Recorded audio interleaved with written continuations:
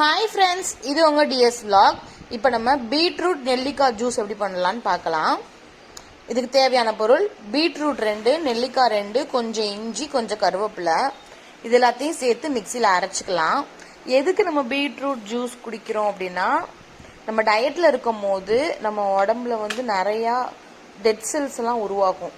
இப்போ நம்ம இது மாதிரி ஃப்ரெஷ் ஜூஸஸ் குடித்தோம் அப்படின்னா அந்த டெட் செல்ஸ் எல்லாம் ரிமூவ் ஆகி நம்ம ஃப்ரெஷ்ஷாகவே ஃபீல் பண்ணலாம். அதுக்காக குடிக்கிறது. அது மட்டும் இல்லாமல் பீட்ரூட் சாப்பிட்டா கலர் வரும், அதெல்லாம் உண்மையான்னு தெரில. பட் ஆனால் மெட்டபாலிசத்தை அதிகரிக்கும். அரைச்சதுக்கப்புறம் லெமன் சேர்த்துக்கிறேன், அவ்வளோதான். புதினா இருந்தால் நீங்கள் போட்டுக்கோங்க, ஃப்ரெஷ்ஷாக ஃபீல் ஆகும். எனக்கு புதினா ஸ்மெல் பிடிக்காது, அதனால் நான் புதினா சேர்த்துக்க மாட்டேன், கருவேப்பிலை மட்டும் தான் சேர்த்துக்குவேன்.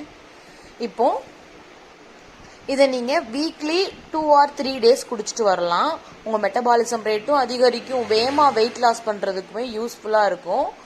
குடிச்சு பார்த்துட்டு எப்படி இருந்துச்சுன்னு சொல்லுங்கள் ஃப்ரெண்ட்ஸ்.